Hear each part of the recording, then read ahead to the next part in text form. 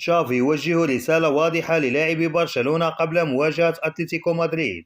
حقيقة اتفاق برشلونة مع روبرتو فيرمينيو. قبل الصدام مع أتلتيكو مدريد، برشلونة يتنفس الصعداء. تشافي يحذر برشلونة قبل مواجهة أتلتيكو مدريد.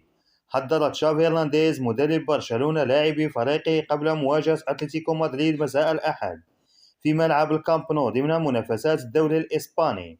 وقال تشافي في تصريحات صحفية على هامش اللقاء: مباراة الغد ستكون صعبة، لقاء كبير. أتلتيكو مدريد ربما يكون الفريق الأفضل حاليا في إسبانيا على صعيد الأداء والنتائج. إنهم يقدمون كرة جيدة للغاية. هناك حالة رائعة لكريزمان وكوكي وديبول، وسيميوني يقوم بعمل غير عادي. الأمور لم تكن سهلة بعد الإقصاء الأوروبي.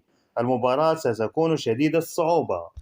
وأضاف المدرب: مباراة الدور الأول ستخدمنا في النظر لمباراة الغد كمرجع للاعبين. سيكون علينا اللعب بشخصيتنا.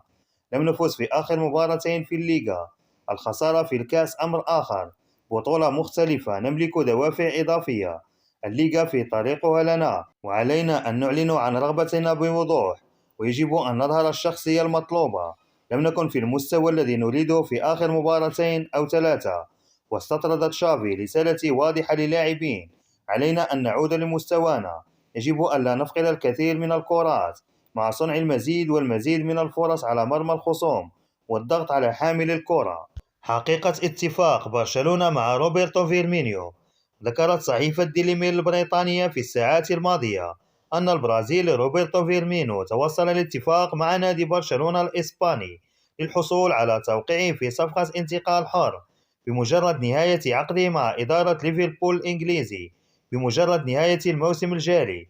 الصحفي الكتالوني جيرارد روميرو المقرب من أسوار البارسا كشف حقيقة الأنباء المنتشرة في إنجلترا بخصوص الأمر، وأكد عدم وجود أي اتفاق بين الطرفين حتى الآن. وأشار روميرو إلى أن ذلك لا يعني استبعاد فكرة تعاقد برشلونة مع فيرمينو بشكل كامل، ولكن الطلبات المالية لرأس الحرب البرازيلي تشكل حجر عثر في طريق وصول الصفقة لطريق النور. وشدد روميرو إلى أن ما يطلبه فيرمينو كراتب سنوي قبل التوقيع للبارسا لا يتناسب بأي حال مع الأحوال مع الأوضاع الاقتصادية للنادي، ما يجعل فريق ملعب الكامب نو يوجه أنظاره صوب أهداف أخرى في الميركاتو الصيفي. ويقترب فيرمينو من نهاية عقده مع ليفربول في يونيو القادم، ولن تجدد إدارة النادي ارتباطها باللاعب الذي يبلغ من العمر 32 عاما، والذي يتقمص ألوان فريق الكوب منذ يونيو 2015. قبل الصدام مع أتلتيكو مدريد، برشلونة يتنفس الصعداء. قامت صحيفة سبورت كاتالونيا بتسليط الضوء في عددها الصادر اليوم السبت على المباراة القادمة لبرشلونة أمام ضيفي أتلتيكو مدريد في الدوري الإسباني. العنوان الرئيسي للغلاف الخاص بالصحيفة جاء على النحو التالي: عادوا. هي إشارة من الصحيفة إلى عودة ثنائي بيدري غونزاليس وفرينكي ديونغ من جديد إلى الملاعب، ومن المرتقب أن يتلقى كلاهما التصريح الطبي.